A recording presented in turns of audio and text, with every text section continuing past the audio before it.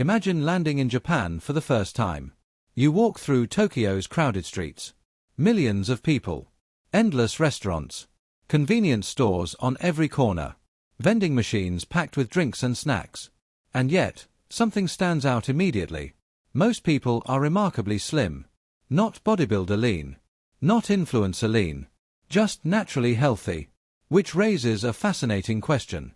How can a country obsessed with food have one of the lowest obesity rates in the developed world? They aren't spending their lives in gyms. They aren't constantly talking about calories. And most aren't following the latest diet trend. So what's going on? The answer isn't a miracle food. It's not genetics. And it's definitely not a secret weight loss hack. It's something much more powerful.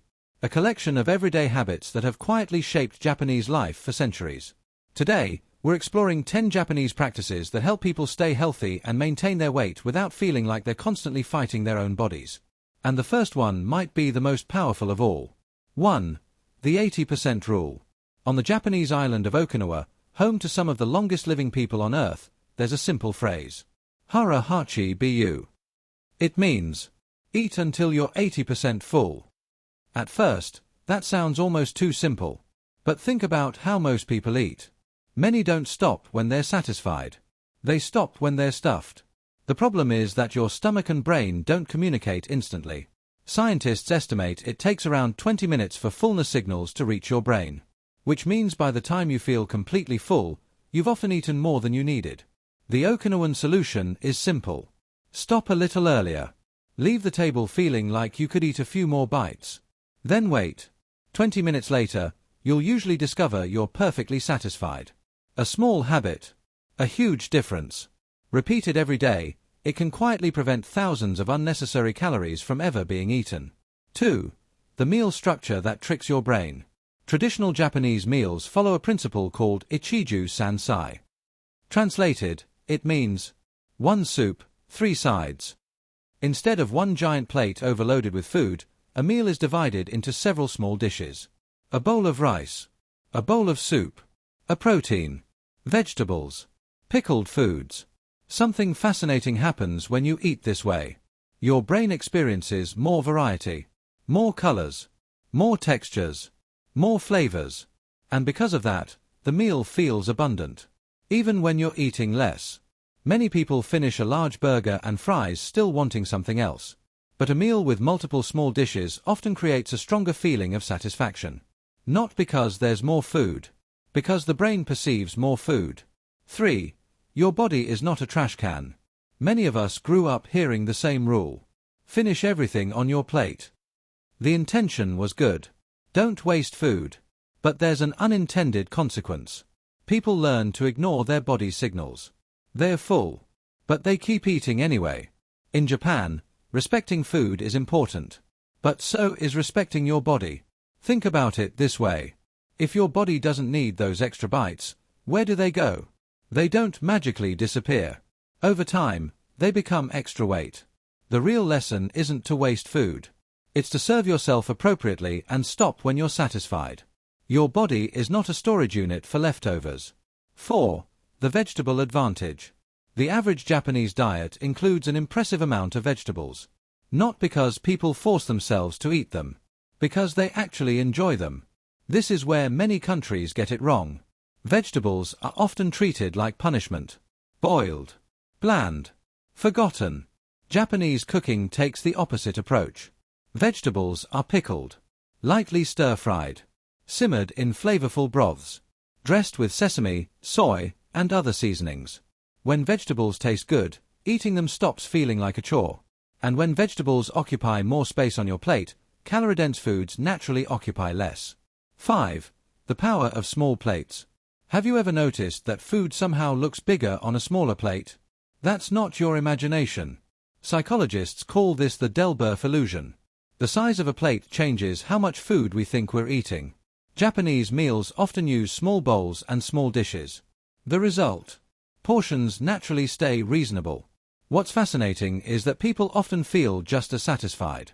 Because satisfaction isn't determined only by calories. It's influenced by what your eyes see. A smaller plate can make an ordinary portion feel surprisingly generous. 6. Walking without calling it exercise. Here's something many visitors notice immediately in Japan. People walk. A lot. To the station. Between train connections. To work. To shops. Back home. And because this movement is built into everyday life, it doesn't feel like exercise. No gym membership. No fitness challenge. No motivation required. Just movement. Thousands of steps accumulate naturally throughout the day. And those small movements often matter more than a single intense workout followed by 10 hours of sitting. The healthiest exercise is often the one you don't have to force yourself to do. 7. Health is part of the culture. In Japan, maintaining your health isn't viewed purely as a personal matter. It's seen as a social responsibility. The idea is simple. If you take care of yourself, you reduce the burden on your family, community, and healthcare system. As a result, there's a subtle cultural expectation to stay reasonably healthy. Not perfect. Not model thin. Healthy. This gentle social pressure influences daily choices in ways people often don't even notice. Because the environment around you shapes your behavior more than willpower ever can. 8. Foods that naturally work with your body. Traditional Japanese cuisine is filled with foods that are naturally filling and nutrient-dense. Fish. Tofu. Seaweed. Miso. Fermented vegetables. Green tea. Many of these foods provide protein, fiber, vitamins, and minerals without excessive calories. Meanwhile, highly processed sugary foods historically played a much smaller role in the diet. This doesn't mean Japanese people never eat dessert. Of course they do. The difference is frequency and portion size. Treats are often enjoyed as treats, not as everyday staples. 9. The early dinner habit. In many countries, dinner happens late. Sometimes just an hour before bed. Japan tends to be different. Many people eat dinner relatively early in the evening. This creates a longer gap between the final meal and sleep, giving the body more time to digest. Many researchers have found links between late-night eating and weight gain. While meal timing isn't everything, eating earlier can make it easier for your body to regulate appetite, digestion, and sleep quality.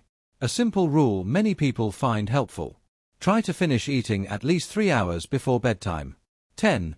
The secret behind all the secrets. Now here's the most important thing. None of these habits are extreme. Not one. There's no starvation. No detox. No magical supplement. No suffering. And that's exactly why they work. Japanese culture doesn't typically approach weight management as a battle. Instead, many of these habits work with the body's natural signals. Eat slowly. Stop before you're stuffed. Walk regularly. Enjoy a variety of foods. Choose moderation over extremes. That's the real secret. Not discipline. Not punishment. Wisdom.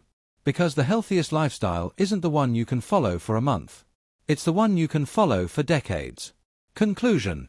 So if you're looking for the one magical reason Japanese people stay slim, there isn't one. It's dozens of tiny habits working together. A little less food. A little more movement. A little more awareness. A little more balance. And over months and years, those small choices create extraordinary results.